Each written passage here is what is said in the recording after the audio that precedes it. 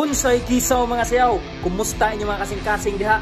For today, na ako'y ipakita inyo nga tutorial. Ka-familiar mo ani?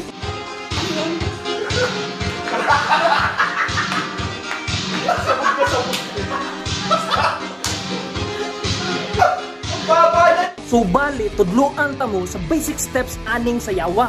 But before ko magsugod, i-shoutout sa nako si Kobe Hallen o si Joseph Aeronalos. Kaya ni-request sila ani nga magpatudlo sila o maghimo kong tutorial ani. Step number 1, mao na siyang gitawag og planting the base. Importante aning obraha, kailangan lig-on ka tanawon. Kailangan mag-shorts ka above the knees kay para makita ni Crush ang imong lig-on nga pamagtak para makaana siya. Hala uy, kalig-on ani niya bagtak uy, murag lig-on sa ni siya muhigugma pod. Ayi!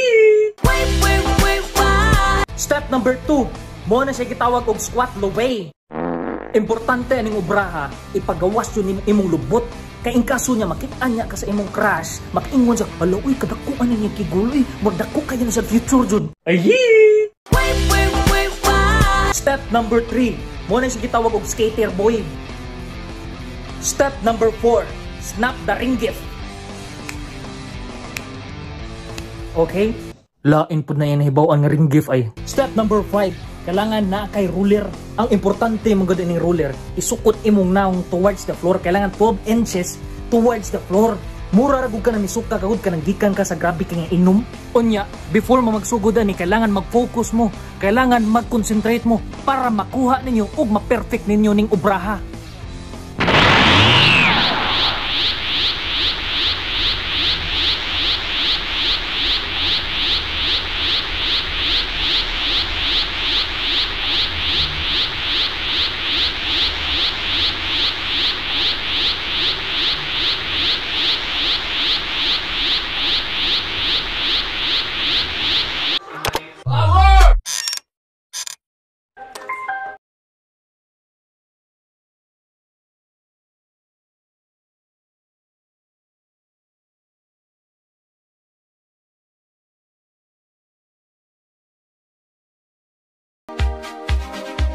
So mao to mga siyaw, dito ra kutob akong dance tutorial. Na ako ipakita ninyo nga dance move, and if ganahan mo maghimo kog dance tutorial ani, comment down below unsay kisaw mga siaw. From the top, make it drop, that's a wet, now get a bucket and a mop.